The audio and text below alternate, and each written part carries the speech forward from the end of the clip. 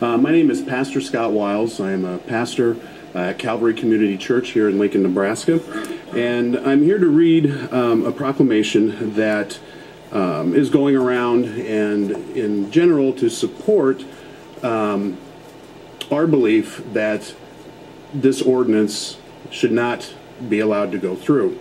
But also to support that because we believe this way, because of our conviction, because of our reading of Scripture, that somehow we hate homosexuals and transgendered people.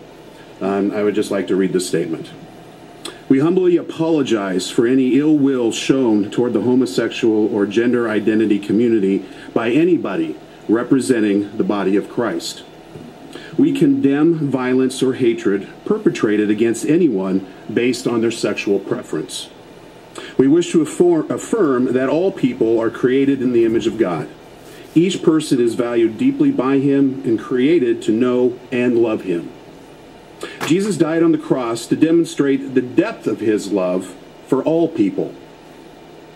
We believe that the church is a gathering of people who are all broken.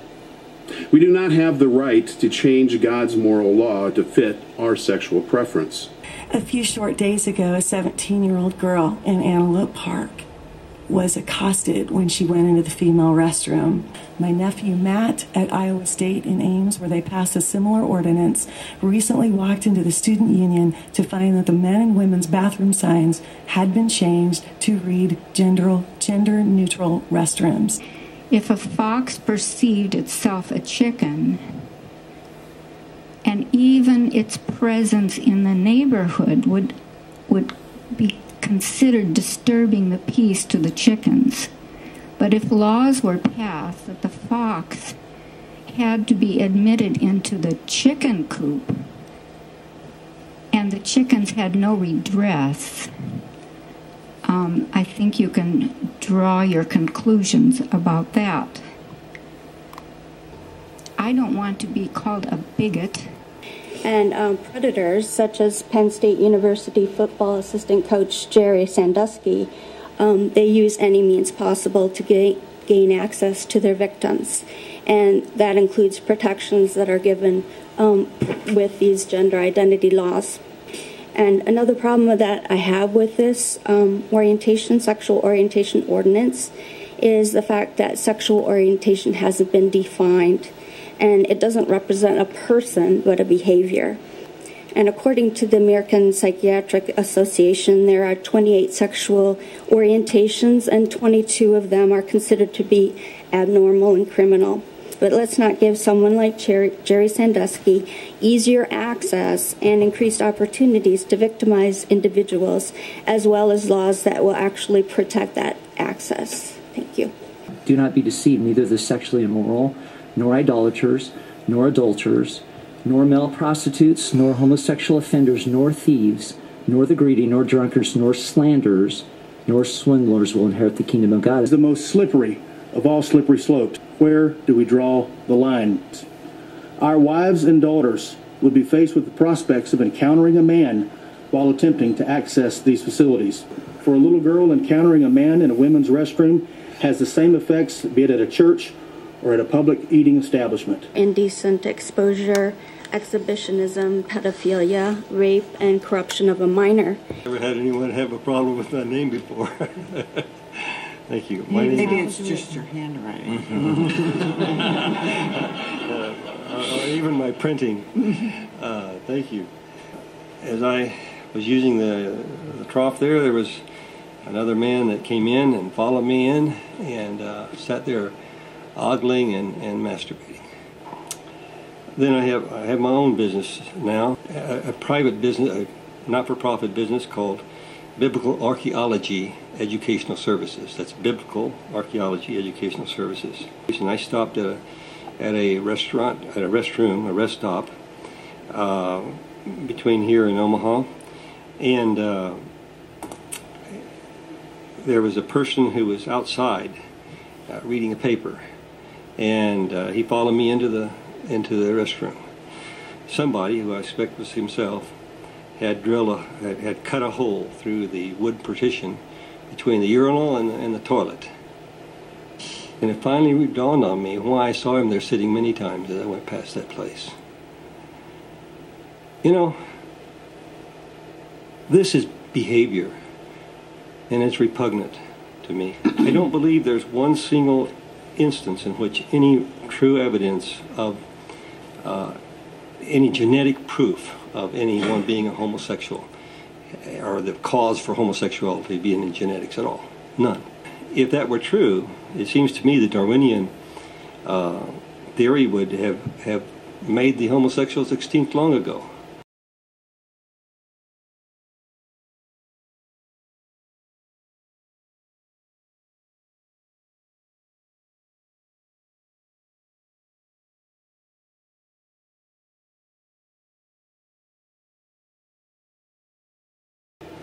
The primary data to support this perspective is unsubstantiated personal stories and a worthless opinion survey conducted with recruited, paid, and anonymous participants of the sexual deviant community, conducted using non-scientific method by a group having reasons to believe that their findings would provide themselves monetary and policy value. In point of fact, the average income of the LGBT community is over $85,000, much higher than the national average. And I do have these references sourced, by the way, on the last page of this brief. I would urge you to reject this egregious amendment. Okay, thank you. Any questions? Thank you, sir. Okay, we have Tobias Pace. The potential danger to children, not to mention women, but downright dangerous. My daughter, my son, and I have been spending time at Madonna Proactive, and we've already had a situation with a man in the men's locker room. I won't go into what happened, but into the shower room, into the hot tub, into the steam room, into the sauna. There's not that many people in there. Who is going to protect a child that comes with a valid concern that has been approached and possibly solicited? Who's going to believe a child? And if these people are protected by law, city law, who's going to listen to a mother like me? You will find another way to deal with any possible situations of discrimination. I think discrimination isn't really the issue. I noticed that, I think it's Tom Cassidy, who was the former Lancaster sheriff, I think that was his name. He brought up that there were 35 hate crimes in the last 5 years, or maybe when he was sheriff. I wondered, why did he bring up hate crimes at all? This is about discrimination. First and foremost, as a teenage girl, I mean, you can look at me, like my frame, you can generally say that most guys are going to be larger than me. And if you're to pass this bill, it essentially opens the door for really anybody to say that they're a certain way or in this group of protected people. And I mean, they can enter the bathroom. I have high school guy friends. They would be happy to abuse an ordinance such as this in any given situation. So I'd ask you, for these reasons, that you would not pass an ordinance like this and continue your fight against it. Thank you so much for coming out today. Thank you. My name is Tim Fisher, and I'm a family physician at Holy Family Medical Associates here in Lincoln. And I stand opposed to the proposed fairness ordinance. First of all, I'm a father, and I have a couple of daughters who use public bathhouses, public bathing facilities, and I find it a little bit disconcerting that our city leaders would consider that a male stating, implying, or inferring that he's now a female may enter a public bathing facility previously designated for women only. I would hate to think that economic interests would override the protection of my children. Secondly, I don't know how many sexual assaults you've dealt with in the last year, but the physical damage after a sexual assault is exponentially easier to treat than the emotional damage. I anticipate that with this new ordinance that my practice dealing with post-sexual assault victims will increase. You might think I'm just sort of blowing smoke, but with the advent of co-ed dorms, the numbers of rapes have increased fairly dramatically, and that's just limited to college. And now we're going to open that up to the general public. Previous speakers have identified psychological problems, specifically depression and suicide, which they attributed to discrimination of the LGBT community. However, social experiment has been going on in the Netherlands for over a generation now, and the Netherlands is considered to be the safe house for LGBT people.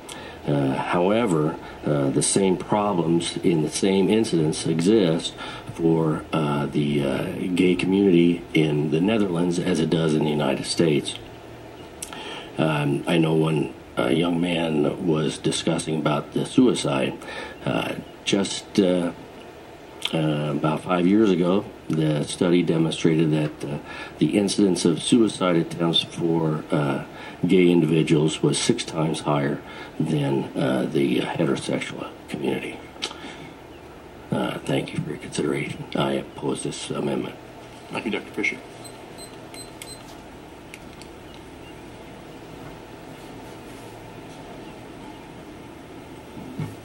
Am I next? Yes, Richard Wirtz. Thanks. Yep, Richard Wirtz. Sorry, I haven't eaten in a while, and as you can tell, I like to eat, so if I slur my words, I'm sorry. I also am a family physician, and I'm just talking about the gender identity part of it. Again, please. Oh, Richard Wirtz. I talked to you today. Thanks for you recommended I come down here. I didn't know about it till I talked to John. So anyway, on the phone, the gender identity component. Gender identity is classified as a disorder, a mental disorder actually, and I'm just curious, we are elevating a mental disorder to a protected class, and which gender identity disorder is it? Is it transvestism? Is it fetishistic transvestism? Is it transsexuality? Some of those have an erotic component and some do not, and I am very concerned about that, especially with regard to the perceived notion, because one of the differential diagnoses is psychosis. So, someone goes into a YMCA locker room and someone has to confront that person. Do they perceive that they're psychotic? I mean, someone has to do that because they shouldn't be in there. And also, someone could parade as this, now that it's an ordinance. Someone could say, hey, I'm a predator. I think I'm a woman. You think that's not real? Do you think that's not real? Wow, we deal with sexual assault. It's terrible. Terrible. And it never, ever, ever goes away. Ever. So, as a clinician, I'm very worried about this. Now, what about hospitals? Labor and delivery floors have female nurses. What about a nurse? I'm a woman. I want to work on that floor. And the administrator has to make that call. Are they going to be discriminated? Are they going to be a lawsuit? Are they going to lose their job because a patient doesn't want a male in their room? What about blood banks? Are they going to be discriminated against? Can't give blood. What about that? These are real issues, folks. The Attorney General, is that an elected position? Yes. Is it city attorney? You're elected. You represent the people of Nebraska. You also represent common sense, right? Right. Now in children, gender identity disorder, hard to diagnose. What do you do in the school locker rooms? In fact, you should make the diagnosis. In fact, it is associated with Asperger's syndrome, which is a form of autism, higher cases of it. And probably so in adults, according to a major psychiatrist in the United Kingdom. Baron Cohen is his name if you want to Google him. So, Asperger, what is their problem with autism? It's social interaction. So you're going to allow someone with social interaction to go into a dorm, or go into a locker room, or go into a place where traditionally females have gone and got undressed or put themselves in a compromising situation in healthcare. And then, I mean, there are a lot of scenarios that we don't think about or that we're not thinking about. So, that being said, do you have any questions? Questions? Thank you, Dr. Wirtz. Thank you very much. Daniel Halloran.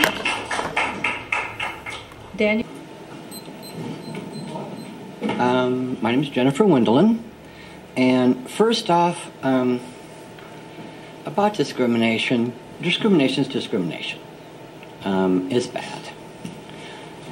My main reason for coming here is because of, I'm the Nebraska chapter president of the Trans Panthers Party. I'm a transgendered woman. And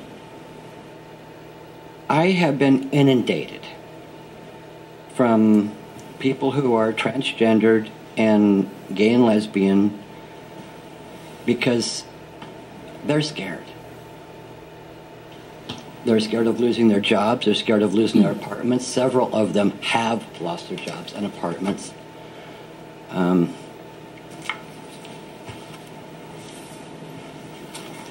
It breaks my heart. All the fear in what, to me, is a very inviting city. And I must applaud you for making sure that equality matters. There's a lot of football fans, and most of them know that we're the only state in the Big Ten that doesn't have protections. And our position in the Big Ten could be compromised if we don't comply. Is that a good thing? I don't think so, but I'm not a big football fan.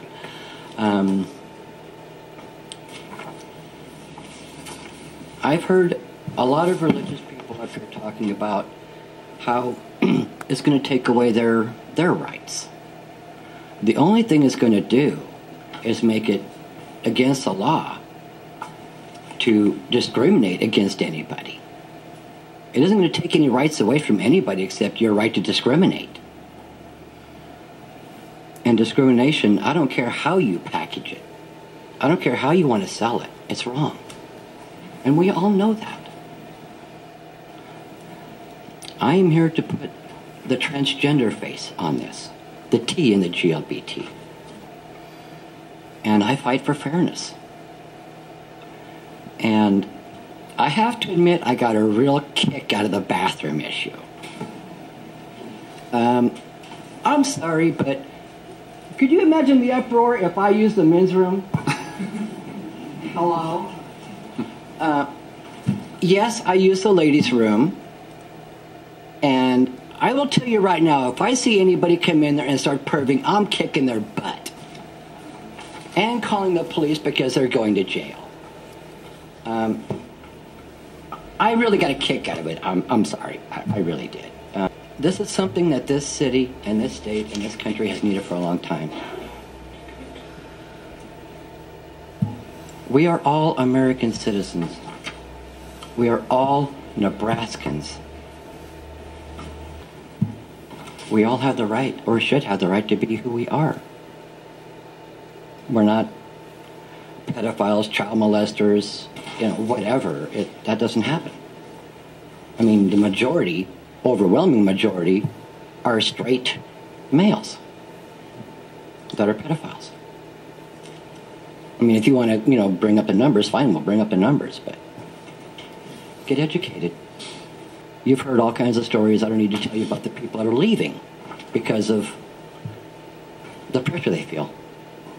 So, you're doing the right thing, and you're doing it for the right reason. Okay. Any questions? Thank you very much.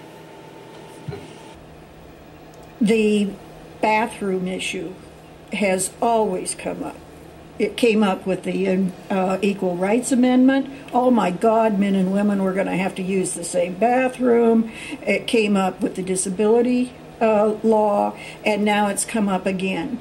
There's kind of a pattern with these things. And there are various diversions and contrived controversies and confusions and fears. But what happens with human rights law or civil rights, we must deal with facts and the common good. And stigma and fears Assumptions, presumptions, stereotypes, and biases are not a basis for sound public policy. I have about 50 years, yes, I'm older than I look, dealing with disability rights and other civil rights kinds of issues. And as Nancy Erickson mentioned with the Americans with Disabilities Act, the churches are the ones who force this issue. And in a spirit of compromise, it was determined that church-controlled entities were exempt from the law. Church-sponsored were included in the coverage. So church-controlled or church-sponsored was a distinction that was made and has been workable. Another point that has been brought up is in the 1960s there was a public vote on civil rights. I think that was about the last time we did that. I may be wrong, but as we have grown as a society, we have learned that civil rights and human rights are not a matter for public opinion and a vote. Some overwrought fears. With ADA, the fear of litigation did not become realized. This is, I've heard false equivalencies, discredited research, perverse reasoning. I do not understand how this could be a religious freedom issue. I feel like today I have been bombarded with a particular brand of religion that I don't identify with, trying to insert itself into public policy. So, one indisputable fact about all of us in this is we are all human. We are all equally human. Rich or poor, urban, rural, or frontier, in the Philippines, Nebraska, or the Middle East, we are all equally human. We have belly buttons, we all had a mother. While we all have different life experiences, we all have feelings too. What you know as love, hurt, embarrassment, and joy, and all the other emotions comes from your experience. My experience is different from yours, and you are living your life, I'm living mine, but we are equally human, and we all know what fear, disrespect, exclusion, or fairness feels like.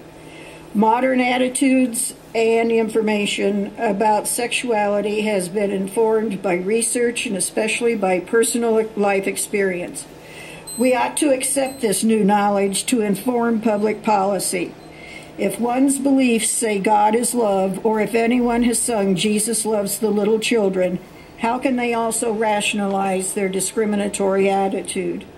Personally, I do not understand how any religious text can be used to sanctify discrimination, rejection, harassment, or harm. Finally, it is absurd that in the 21st century, we are still parceling out human rights group by group. Okay, your time is up. One more sentence. Very quickly.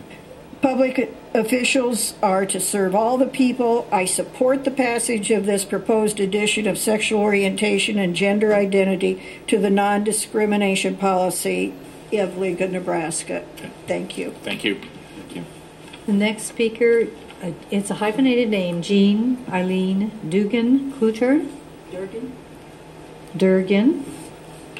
Good evening, and thank you. And you're even looking wide awake. Once in a while I've seen a head go down, and I wondered, but then I trusted that they were reading. Okay, I am Jean Eileen Durgan Clinchard, and I am a member of Parents, Families, and Friends of Lesbians and Gays. I was the first president in Lincoln, and the group grew when the 1981-82 referendum came about. And I have 4 children. My eldest son was gay. I lost him in 1999. He and his partner had been together for 14 years. Today I have heard, I've been here since early on anyway, not quite at the beginning, and I've heard more compressed into this length of time, and it's seemingly coming at me than I have heard over all the years. Much of it was the same stuff, much of it the same, supportive and otherwise. It's very difficult for me to put down, because it seemed to me if you had point by point by point, I could answer it, because I've heard all of them, all the way through, with the exception of a couple. I think Mr. Ford's and Miss Woda's were a little bit different. And one of the things that I wanted to be sure to say, and it's a good thing I wrote it down, is one of the people referred to one of the things that make the United States great. And I think one of the things that make the United States great is a city council like you that is willing to propose, study, listen in an open forum, and then act to do the right thing. I support, certainly, the amendment, as you can tell by my tag here. I support the religious amendment and the ordinance in particular. I think it's really important that the religious institutions feel that they can live without fear. I heard so much fear today. That was just astounding to me, that there was so much fear in terms of religion. But I also heard other people, other religious groups. So you have, not just two camps, but many camps. I heard a lot about practices, homosexual practices. And I guess I would say, very bluntly, that the same practices that occur in the homosexual, the LGBTQ community, occur in the heterosexual community. They're the same kinds of practices. And I made a list of some of them. I'm talking sexuality, yes, but not just sexuality. We're talking about monogamy. We're talking about love, caring, responsibility, paying taxes, mowing your lawn, obtaining a mortgage, private expressions of loving and caring, working for a living, and choosing to fight for your country. My son was a veteran. He served he was not in Vietnam, but he served during the Vietnam conflict. His partner, as I said, of 14 years, served in the Navy. It was a loving relationship.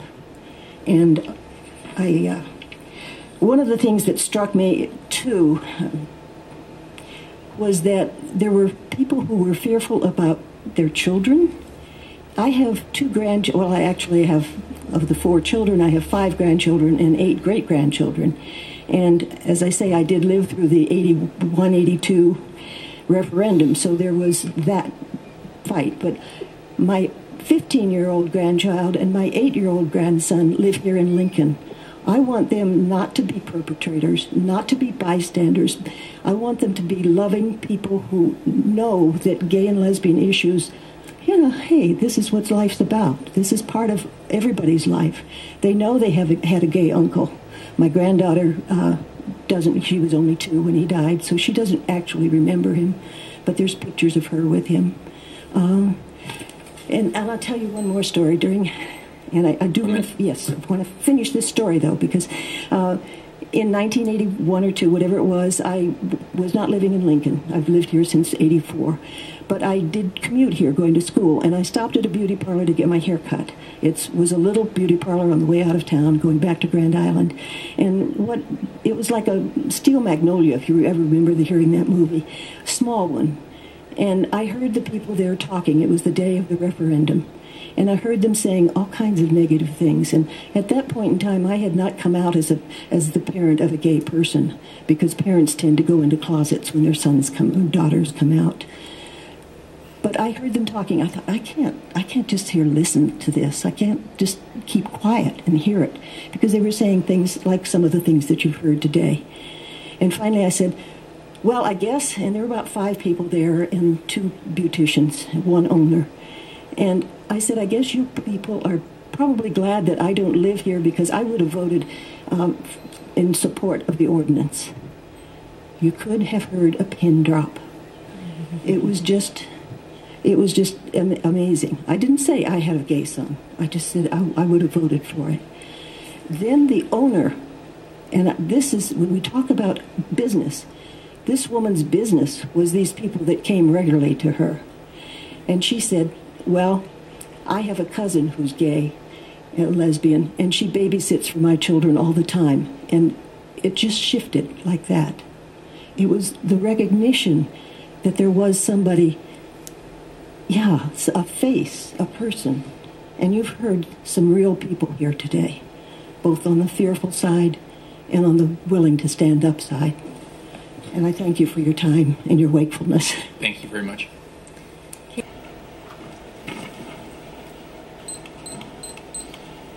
Hi, my name is Brad Chapin. Jesus spoke to me today, as did he to Ron Brown, except he told me to come and him not to, so just that I let you know that. But I have a big problem with one group of religious individuals that think that they can dictate what other religious individuals can believe and what they should be protected against. And I don't feel that they are being discriminated against, and here's why. I'm not sure what the rates are for gay individuals, but 1 in 12 transgender individuals are murdered. And that's a really emotional thing for me. I am a volunteer for PFLAG Omaha, and I continuously deal with suicide. I know of several people that have attempted to take their lives, and I deal with this every month, sometimes every week, sometimes multiple people in the same week. Legislation like this helps kids to know and people to know that discrimination is wrong no matter what. Each one of you is a member of a protected class. So should we. And kids need to know that when they go to work, maybe not at home, but when they go to work, they will have a job and they will be able to be protected.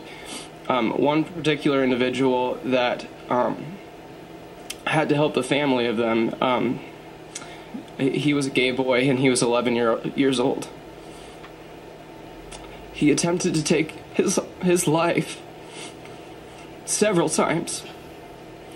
And I have to talk to their family, and I have to try to help them get to people and other people to pick up the pieces of the damage that their Catholic family has had on those two individuals. It's a mother and a son, and she has accepted her son, but her family is not, and his school is not, and his school permits kids to discriminate against him and to hurt him. And I mean, they just say that it's his problem, he's a distraction.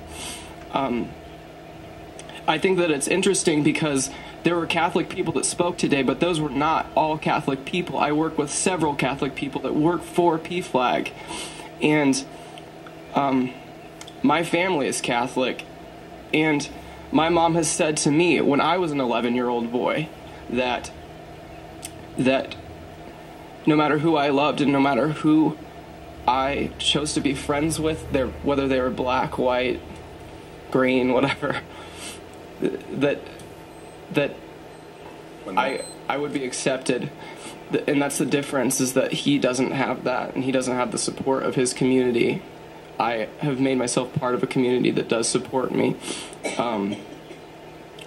And I firmly believe that legislation like this impacts kids when they see this in the media, and I think that that it's the right thing to do. I think that politically you will argue and you will bring little points, especially when people that are opposing this ordinance, so that you can make it look as if it's wrong.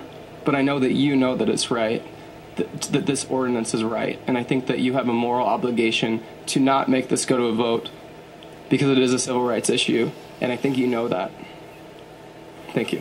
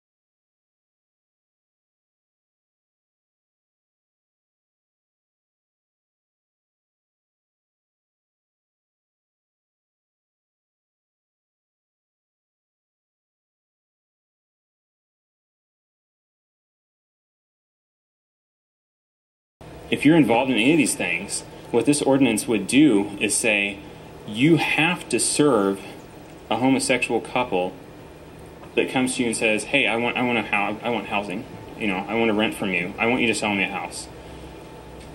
And if you say, "Well, I don't believe that a homosexual couple should live together and engage in these activities," well, too bad. The City of Lincoln has passed this ordinance. If they do pass that would be the case. All right, any questions? Yes, I'd just like to make a comment. The reason we're all sitting up here with poker faces is we don't dare ask any questions, or this would go till tomorrow about 1 a.m. So that's part of the reason. But I do want to, I don't know if you heard the testimony earlier from the realtors. The realtors already have this as kind of their code of ethics or whatever it is. So they are already asking their realtors to follow this. If you didn't have something like this, then where do people live? How do they find a house in Lincoln? That you don't have to answer that. I wanted you to know that the realtors do. May I answer that? Is that sure? Go ahead. Okay, thank you for the question. I do realize that the realtors associations have supported this. Let me remind you that Realtors Association doesn't represent every realtor. No. There are realtors, there are real estate professionals in Lincoln that support this, and some that are against it. You've heard from some today that are opposed to it. So, but that's the beauty of living in a country where we have religious liberty. And you ask, well, what would happen to all the homosexual couples that want to rent or want to live in a house or something if we don't pass this ordinance? Well, like you just said, we have realtors in Lincoln who support this. They've even said in their code of ethics, we will provide you housing. This is, there are clearly people that support them and will provide services to them. But if you pass this ordinance, you take away the choice. You take away that choice from all of them. No, either you provide services to these people that in this way that you consider it's immoral, or else you can't do business in Lincoln. Well, my only comment would be that we heard the same kinds of arguments regarding racism in housing too at one point, but I think that's pretty much, it's required everywhere that you cannot discriminate against people of different nationalities or races. But anyway, thank you for being here. Thank you. Russ Barger.